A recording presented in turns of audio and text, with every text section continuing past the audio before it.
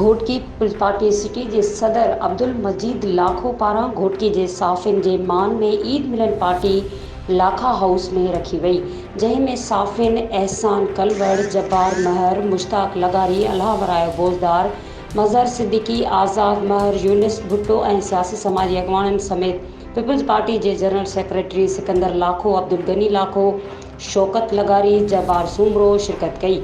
उन मौक़े ते अब्दुल मजीद लाखो चयो त घोटकी जे साफ़िन गरीब ऐं मिसकीन जे हक़ में हरदम साथ ॾिनो आहे।